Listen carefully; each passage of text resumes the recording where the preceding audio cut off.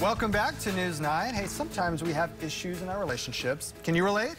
Yes. Some of the biggest conflicts are usually something related to finances. Money is no small problem, but there are steps to get through it. It's one of the top reasons to fight, I think, in a lot of relationships. Today, we are joined by financial educator Steve Siebold. He's the author of How Money Works. Steve, welcome.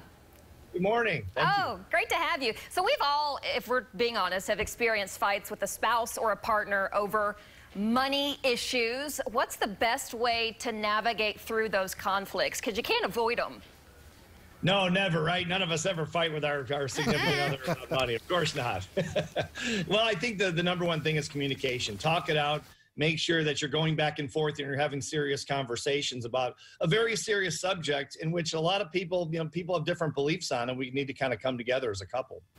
Okay, so what if we have different beliefs, different philosophies, completely different backgrounds? Is it worth fighting over? How far do you push it?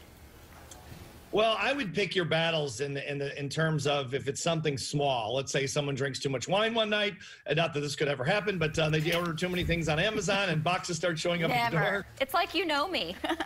Yeah, right, exactly. The shutdown's been crazy for all of us. But I would say that, pick your battles. If it's something small, let it go. If it's something large, it's going to negatively impact your financial future, then you might want to have that conversation.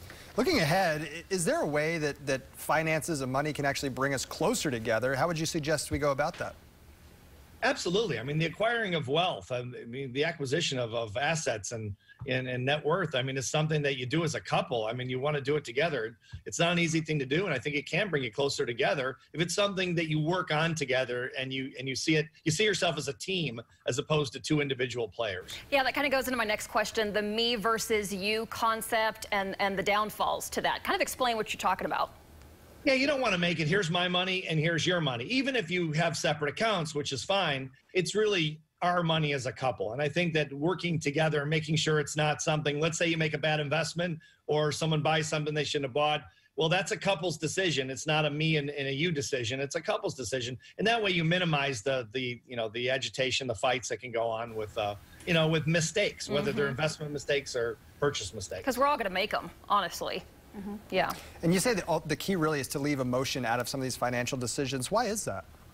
Yeah, emotion and money don't mix. They're like oil and water. In any context I've ever found, it really is something that can become very emotional because people have a lot of different, like I say, a lot of different beliefs about money from childhood, being raised in school, church, all those different things. So I think you want to leave emotion out and stick with logic so the rhetoric doesn't get amped up too far and things don't get out of control. At what point in the relationship should you definitely start talking about this? Some people wait until they get married and they're like, wait, that's what you think? Wait, yeah, that's not what I think. What's your advice to those folks? On the first date. You pay. No, I'll pay. No, we'll pay. Yeah, nice to meet you. We should probably have a conversation about money in case we get together. Hi, I'm Colby. How do you feel about joint bank account? I need some routing numbers, some information on your assets. Yeah, exactly. Yeah, I like long talks with my 401k advisor. I need your advisor immediately. Exactly. Right now. Hey, Steve Siebold, great conversation. I'd love to have you on again in the future. Thanks for talking with us. Thanks so much. Have a great day. You bet.